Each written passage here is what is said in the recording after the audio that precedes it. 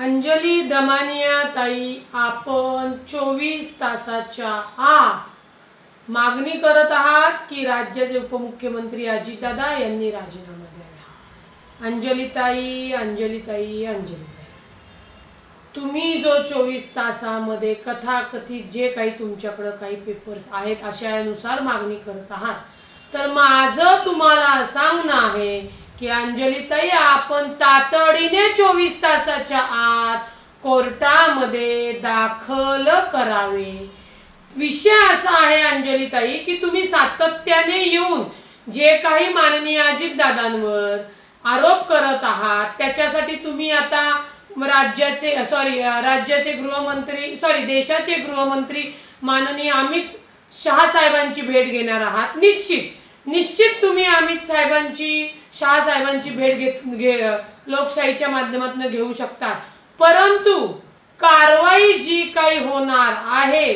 ही मेहरबान कोर्टाचे जे पुरावे तुम्ही तिथे दाखवताय त्याच्यानुसारच। तुमचं असं झालेलं आहे की मी हा कागद दाखवत आहे आणि हे कागद म्हणजे भक्कम पुरावा आहे आणि तुम्ही त्याच्यामध्ये आरोप करत आहात, त्यांना तातडीने राजीनामा द्या, त्यांना शिक्षा करा,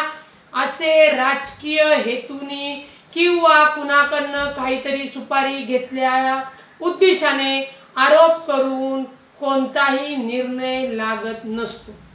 अंजली ताई, मी पुन्हा एकदा तुम्हाला सांगते, माध्यमांसमोर तुम्ही आर्ग्युमेंट करण्यापेक्षा तुम्ही हे तुमच्याकडनं जे तुम्हाला वाटतात बक्कळ पुरावे आहेत हे घेऊन तुम्ही कोर्टामध्ये दाखल करू शकता, परंतु तुम्ही माननीय अजितदादांचा सातत्याने जो राजीनामा मागत आहात तर तो राजीनामा देण्याचं बंधन हे ना राज्य सरकारवर आहे ना माननीय अजितदादांवर आहे। तुम्ही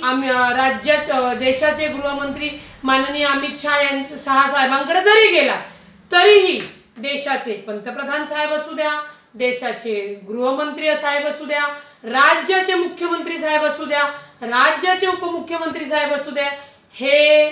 संविधानानुसारच कायद्यानुसारच चालणार। कोणीतरी येणार स्वयंघोषित सामाजिक कार्यकर्ता म्हणून, हे माझ्याकडे भक्कम पुरावे आहेत म्हणून, किंवा लोकशाहीने स्वातंत्र्याचा जो काय तुम्हाला अधिकार दिलेला आहे पण त्याचा जर गैरवापर होत असेल आणि त्याच्यावरनं जर तुम्ही आरोप माननीय अजितदादांवर करत असाल तर तुमच्या त्या आरोपाला कोणतीही व्हॅल्यू, किंमत नाही। त्याच्यामुळे माननीय अजितदादांनी याच्यामध्ये सांगितलेलं आहे, कोणताही घोटाळा झालेला नाही, कोणतेही बेकायदेशीर कृत्य माननीय उपमुख्यमंत्री हे खपून सुद्धा घेणार नाहीत आणि जर अशी कोणती कारवाई किंवा जे काही तुम्ही पुण्याचे कलेक्टर आहेत, हे आहेत, ते आहेत सांगत आहात त्याच्यामध्ये जर अनियमितता आढळली तर त्या कारवाईमध्ये कुठलाही कारवाई होऊ नये म्हणून हस्तक्षेप नसणार आणि तो नसतोच अजितदादांचा, हे त्यांनी स्पष्ट केलेले आहे। त्यामुळे आपण अंजलीताई जी काय मागणी करत आहात ती मागणी मला वाटतं उलट तुम्हीच 24 तासाच्या आत कोर्टामध्ये धाव घ्यावी आणि तुमच्याकडे तुम्ही केलेले आरोप हे पुराव्यानिशी सांगावे, तरच तुम्हाला अधिकार आहे। तुम्ही म्हणता म्हणून कोणीही राजीनामा देऊ शकणार नाही, आम्ही त्यांना राजीनामा देऊन देणार नाही, हे आपण लक्षात घ्यावे।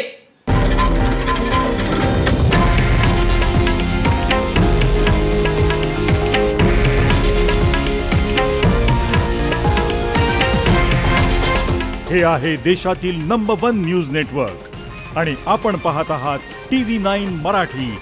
एकमेव।